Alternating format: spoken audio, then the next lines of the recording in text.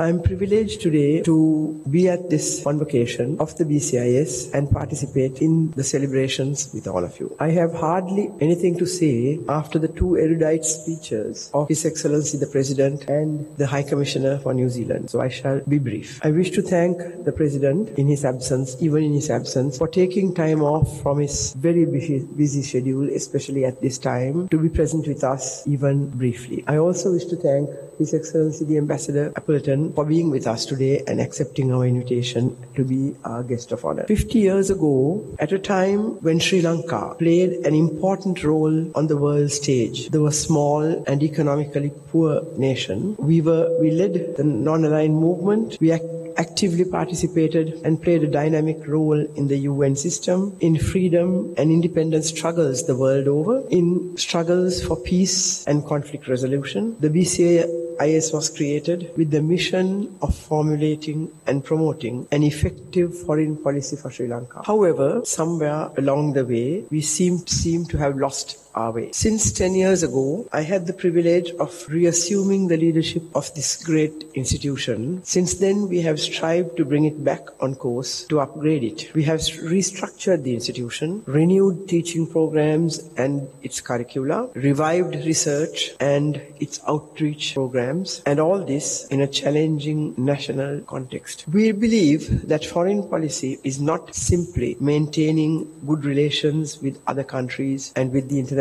community. Foreign policy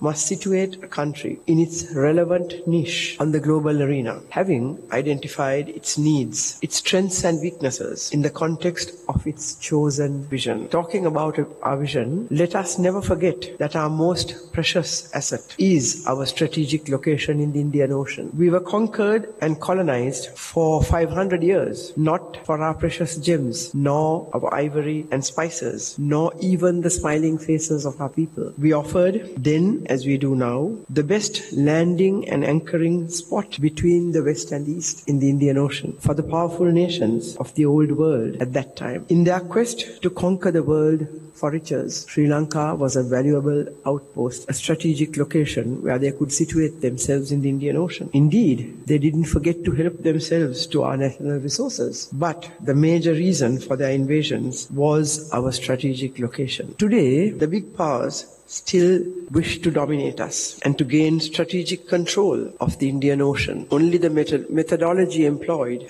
differs today. Today it is called not conquest but credit, granting of credit, loans on easy terms that are so easy, by the way, that they end up by strangling us economically. It is also called development investment. But here I must hasten to add that there are two types of development investments coming from foreign shores. One, which is benevolent, generous, helping us to find credit to develop facilities in our country, to develop our economy. There is another type of so-called investment, foreign investment, that comes in to give us whatever sums of money we demand or we request on very high interest rates to develop anything and everything which is often not required by the country. That is one of the reasons for the economic bankruptcy of our country presently. So, all this to say that conquest, or the modern form of conquest through finance, is practiced vis-a-vis us in Sri Lanka, mainly because of our strategic location, of our geographic position in the Indian Ocean. Foreign policy must take this into very serious account, and all our foreign policy options, I believe, must be designed accordingly in this context. Our foreign policy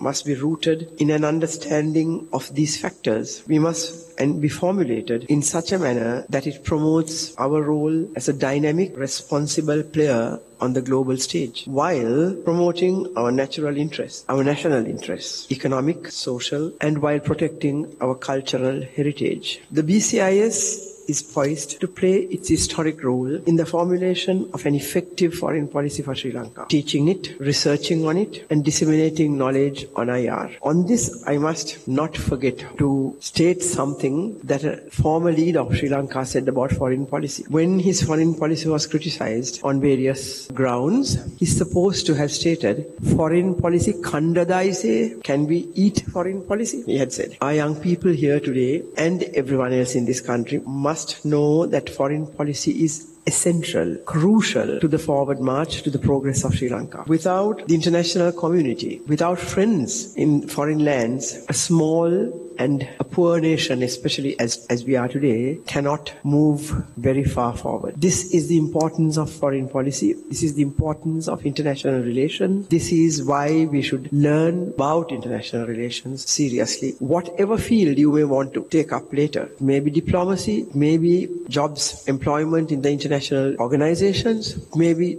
any employment, any responsibility, nationally or internationally. But the world is organized such today in a globalized world. We all have to talk about each other, think about each other, and plan for each other. So, having said this, I shall end my brief expose of thoughts. I wish to congratulate and wish success to all of you who have received your diplomas, certificates, and so on today for the past 2 years. Wish you much luck and success in your chosen fields. And thank you, everybody, especially our invitees, for accepting to be with us today and giving us your support for our work. Thank you very much.